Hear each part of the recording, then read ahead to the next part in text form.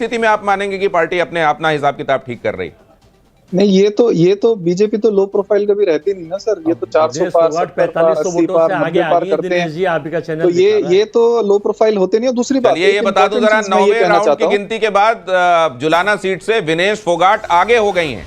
काफी राउंड तक पिछड़ने के बाद अब बताया जा रहा है कि 4449 वोटों से, और जहां इतना कम मार्जिन चल रहा है वहां 4000 का एक ये जो मार्जिन है, ये बड़ा मार्जिन है। यहां से विनेश फोगाट आगे चल रही हैं। इस पर अब निजेश जी से कमेंट जरूर ले लें। पहले भी दे रहे थे। नहीं, मैंने अभी यही कहा कि मैंने कहा अगर वो जीत भी जाती हैं, हाँ। और जिस विनेश फोगाट को लेकर के केंद्र में रख करके पूरे हरियाणा का चुनाव लड़ा गया। ऐसा नहीं है भैया, आप अपनी बात कहिए ना, मैं अपनी बात कह रहा हूँ। आपने अपनी बात कही कि पत्रकारों के ऊपर सीफल, और जिसके बाद मैंने तो नहीं बोला ना कि ये गलत बात है।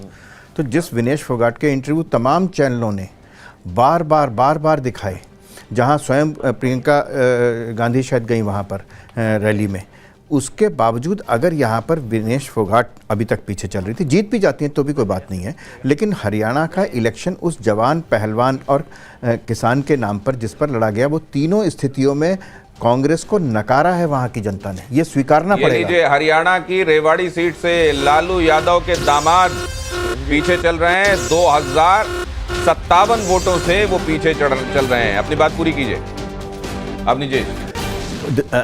सिर्फ दिनेश में इतना कहना है कि बार बार जो एक परसेप्शन बनाने की कोशिश की गई, संविधान, आरक्षण, ये हो जाएगा, वो एक बार चल जाता है लेकिन बार बार नहीं चलता।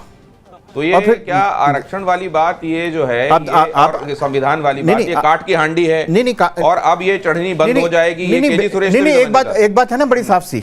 आप एक बात बताइए कि अगर अमेरिका में जाकर के अगर इस बात को कहें कि सिखों को भारतवर्ष में पगड़ी पहनने की छूट नहीं है, कड़ा पहनने की छूट नहीं है, गुरुद्वारे में जाने की छूट नहीं है, और उसके बाद कोई बयान भी ना आए कि नहीं ये मेरा मतलब भी ये नहीं था, तो आप इसको क्या कहेंगे? आम आदमी पार्टी के बैठे हैं ना यहाँ पर, ये साइमल्टेनियस प्रेस कॉन्फ्रेंस होती है, एक पंजाब आम आदमी पार्टी की, एक हरियाणा आम आदमी पार्टी की। दोनों एक दूसरे को कहते हैं, वो कहते हैं हम हरियाणा को पानी नहीं देंगे, वो कहते हैं हम पंजाब को पानी नहीं देंगे। साइमल्टेनियस कर रहे हैं, एक ही पार्टी। ये राजनीति नहीं चलती देश में, नहीं चलेगी अब ये। चलिए अजय वर्मा। देखिए, बार बार बोलो, ये बिल्कुल जोर से बोलो, सुबह बोलो और तेज बोलो, झूठ बोलो। एक एजेंडा है भाजपा के ऊपर से नीचे तक उनका, उनकी शेल कंपनियों का, उनके मुखौटेचरों का। विनेश फोगाट भी जीतेगी और चिरंजीवी भी जीतेंगे। लेकिन जो इलेक्शन कमीशन का मैं आपको बता रहा हूँ, पूरे देश को पता है, राहुल जी ने वहाँ भी जाके कहा, यहाँ भी कहा, वो संदिग्ध भूमिका में थे, हैं और रहेंगे जब तक वर्तमान में है। ये जम्मू कश्मीर में नहीं है संदिग्ध भूमिका। नहीं, देखिए वहाँ का तो हरियाणा में है, लोगों की जनता को पता था। जम्मू कश्मीर का, तेलंगाना में नहीं है संदिग्ध भूमिका में, कर्नाटक में नहीं पता था जनाब। हिमाचल में कह रहा, आप समझ तो लीजिए। जयराम रमेश जी बिल्कुल सही कह रहे हैं कि इलेक्शन कमीशन ने उसको स्लो कर दिया है। कोशिश ये है कि दबाव बन जाए और कोई चीज़ चेंज हो जाए। हम तो वेरी फर्स्ट डे से कह रहे हैं, हम चाहे 60 से जीते हैं, 70 से जीते हैं, इलेक्शन कमीशन की भूमिका को संदिग्ध माना जा रहा है और ये माना जा रहा है। और अगर ऐसी बात है तो फिर क्यों नहीं ये इसको कहता हूं अजय वर्मा, देश के बड़े चैनल खराब कर रहे हैं। या तो आप कंप्लीटली कहें कि कुएं में भांग घुली हुई, मेरी क्रेडिबिलिटी, या इस वाले ग्लास में नहीं घुला हुआ है। मेरी क्रेडिबिलिटी दिनेश जी बिल्कुल खराब नहीं हो रही है। अमेरिका जैसे विकसित देश भी वोटर वो जो चुनाव कराते हैं बैलेट से कराते हैं, तो हिंदुस्तान में क्यों नहीं होते हैं? कराएं, उसे क्या बड़ा कंट्री है तो क्या दूध का दूध पानी अन्ना कर। जब आप शिवराज सिंह चौहान कुछ कह रहे हैं, सुन लीजिए जरा। बैठक में किसानों के कल्याण का एक काम हो जाता है तो किसान ये समझते हैं और जनता भी समझती है। वो एक जलेबी का मुद्दा खूब चला जाता है, राहुल गांधी जी जलेबी की फैक्ट्री, बीजेपी ने भी एक अच्छा मुद्दा बनाया था इसे वहां पर। अब जलेबी कौन खाएगा? ऐसा है कि राहुल जी कभी खेतों में जाके टीम ले जाते हैं, फोटो खिंचवाते और कहते हैं कहां खड़ा हूं। कभी वो जलेबियां खाते हैं, लेकिन जनता सब देखती है काम कौन कर रहा है और नाटक कौन कर रहा है। जम्मू कश्मीर में भी जो परिणाम आ रहे हैं, जम्मू रीजन में शानदार है भारतीय जनता पार्टी के लिए। अपेक्षित है, जो हम लोग सोच रहे थे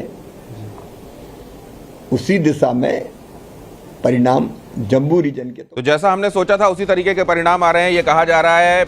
और खास तौर से किसानों का मुद्दा जब कहीं हेल्म में रखकर चुनाव लड़े जा रहे हो जिस राज्य के संदर्भ में, वहां से अगर अच्छी खबरें आ रही हो तो देश का जो कृषि मंत्री है उसका खुश होना स्वाभाविक है।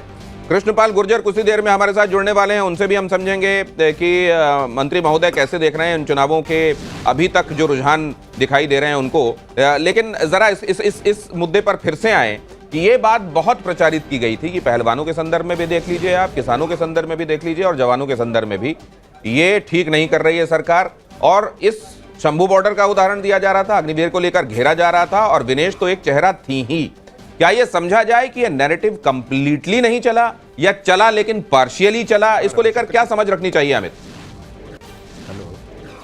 देखिए, मुझे लगता है कि भाई अगर आप पूरे चुनाव का कैंपेन देखेंगे तो पूरा कांग्रेस का कैंपेन इन्हीं 3 पे था। और अगर उसके बाद नतीजे इस तरह से अगर दिख रहे हैं, रुझान इस तरह से दिख रहे हैं कि 50 सीट पर बीजेपी आगे चल रही है, तो इसका मतलब है कि उसको लोगों ने रिजेक्ट कर दिया, एक तरह से उसके साथ नहीं खड़ी हुई। और ये बात सही बात है कि बार बार एक ही चीजों को अगर आप कहेंगे तो उस चीज का असर नहीं पड़ेगा। ये बात भी सही है कि विनेश फोगाट को और या फिर दूसरे जो पहलवान हैं उनको जिस तरह की मदद की गई वहां पे खेलने के लिए, सबसे बड़ी बात की वो उन्होंने कैटेगरी चेंज की, एज चेंज किया, जो वहां की चैंपियन थी उसको छोड़कर आपने इसके बावजूद विनेश फोगाट को भेजा। और इसके बाद वो सारे सपोर्ट जो सपोर्ट होता है मेडिकल से लेके फिजिकल से लेके तमाम वो प्राइवेट, लेकिन विनेश से कहा या विनेश से कहलवाया गया कि उन्होंने खुद कह दिया बीच में, आपको याद होगा जब वहां से लौट कर आई तो उन्होंने कहा कि मुझे कोई सपोर्ट नहीं मिली, सरकार की तरफ से कोई सपोर्ट नहीं दिया गया। दिनेश क्योंकि वो उस कांग्रेस के मोड पे थी, चुनाव उनको लड़ना था, तो एक तरह से नरेंद्र मोदी के सामने एक फेस की तरह उनको प्रेजेंट किया गया और इसीलिए उस तरह की लाइन उन्होंने तुरंत ले ली। सबसे बड़ी बात कि जिस तरीके से आखिरी वक्त तक पूरी सरकार उनके साथ खड़ी थी, भाई इस चीज पे अगर आप तभी आप इस तरह के बयान देंगे जब आप पॉलिटिकली हो जाएंगे, आप पॉलिटिकली मोटिवेटेड हो जाएंगे। इससे पहले आप इस तरह का बयान नहीं दे सकते अगर आप खिलाड़ी हैं, क्योंकि उनको चुनाव लड़ना था, उनकी लगभग पृष्ठभूमि तैयार हो चुकी थी, इसीलिए इस तरह के बयान आए। देखिए, पत्रकार भी और चाहे कोई भी, हम लोग को चीजें दिखती है, ऐसा नहीं कि आंख बंद करके आप खड़े हो जाएंगे। लेकिन भाई इससे और बजरंग पुनिया, उन्होंने भी देखिए उनकी पूरी इच्छा थी कि बजरंग पुनिया चुनाव लड़ना चाहते थे, लेकिन उनकी जगह में टिकट विनेश को दिया गया। विनेश चुनाव लड़ना चाहती नहीं थी, सच बात है कि विनेश चुनाव लड़ना नहीं चाहती थी, चुनाव लड़ना बजरंग पुनिया चाहते थे। लेकिन क्योंकि एक बड़ा चेहरा, पूरा एक सरकार के खिलाफ आंदोलन का चेहरा बन चुकी थी विनेश फोगाट, इसीलिए विनेश फोगाट को आगे किया गया और विनेश फोगाट को आगे बढ़ाकर चुनाव लड़ाया गया। और इसीलिए चुनाव वो हो सकता है जीतेंगी, वहां पे उन्होंने कैंपेन किया, कांग्रेस भी कैंपेन की है, वो अलग विषय है। लेकिन पूरा एक स्पोर्ट्स के साथ पूरे जो पॉलिटिकल चीजें जुड़ी, जिसका नतीजा है कि ये पूरा खेल जो है एक राजनीतिक रूप है, उसके पीछे राजनीति थी, यह मुझे लगता है खुलकर सामने भी सबके है। एक बार फिर से मैं टैली बता देता हूं, आप ऊपर जो देख रहे हैं वो हरियाणा देख रहे हैं। हरियाणा की टैली 90 में से 90 के रुझान आ चुके हैं। 49 में भारतीय जनता पार्टी आगे है। आप देखिए 50-49 काफी देर से चल रहा है। कांग्रेस कभी 36 तक पहुंचती है, फिर 35 पर आती है, फिर 34 पर जाती है, फिर 35 पर, एक बार फिर से 35 पर दिखाई दे रही है।